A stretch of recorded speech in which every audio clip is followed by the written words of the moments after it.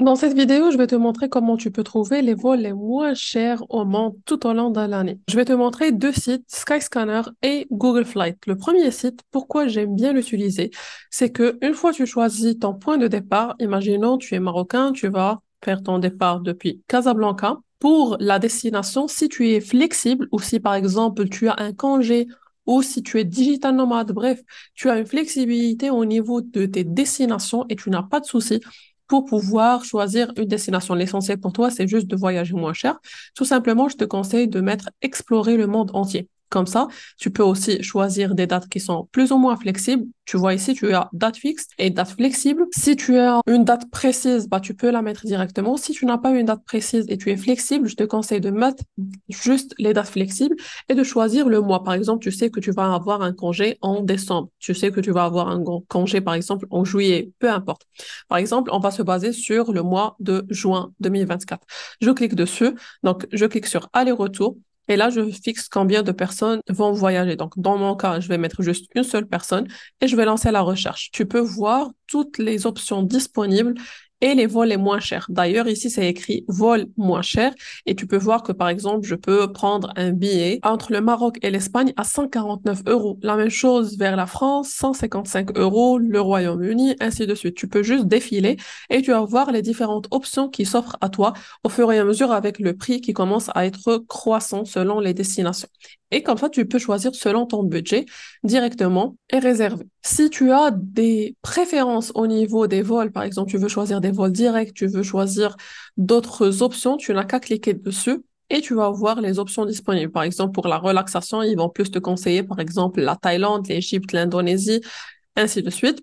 Sinon, si tu n'as pas de souci pour ça, tu peux juste cliquer sur vol moins cher et tu peux choisir selon les destinations offertes. Le deuxième site, c'est Google Flight, tout simplement. Ici, c'est la même chose. Donc, pour le point de départ, tu peux choisir, par exemple, on va faire le départ de Paris. Pour la destination, la même chose, tu peux mettre n'importe où, comme ça tu es ouvert au monde entier. Et pour les dates, tu peux mettre les dates que tu veux. Par exemple, on va voyager, je mets n'importe quoi entre le 1er et le 7 février. OK. Et je lance la recherche. Ce qui est bien avec Google Flight, c'est une autre option de suivi des vols. Donc ici, tu vois, c'est la même chose que Skyscanner. Il te montre un peu là, sous forme de carte, les différentes options disponibles. Ça, c'est en dirham marocain, mais après, tu peux choisir ta devise selon la devise que tu utilises. Tu vois ici, tu peux changer la devise. Je vais juste mettre ça en euros. Peut-être que c'est plus parlant. Et voilà, tu peux voir que à partir de Paris, donc tu peux aller à New York, tu peux aller à Los Angeles, tu peux aller à Lima, peu importe la destination, et ils te mettent à chaque fois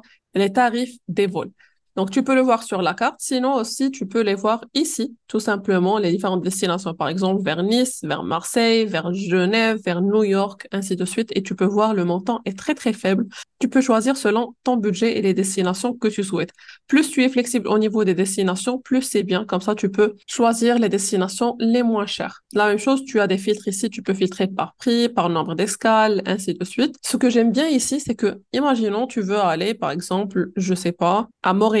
Donc, je clique dessus.